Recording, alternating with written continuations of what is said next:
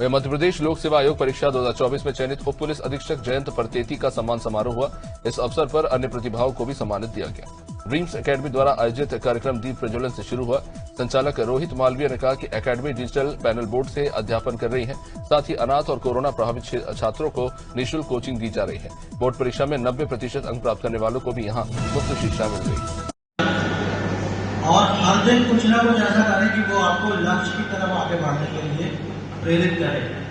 यदि आपका लक्ष्य है कि IAS का एग्जाम निकालना है, तो आप ये सोचें कि आज दिन भर में आपने क्या किया जो आपको IAS की तरफ आगे बढ़ा रहा है। ठीक है। और जनरेशन सी से मैं ये भी कहना चाहूंगा कि अपने विचारों की संकीर्णता को छोड़ें। आज हम देखते हैं कि लोग छोटे छोटे दल बना लेते हैं कि अपने जाति के आधार पर 90% से अधिक अंक हासिल करे हुए हैं।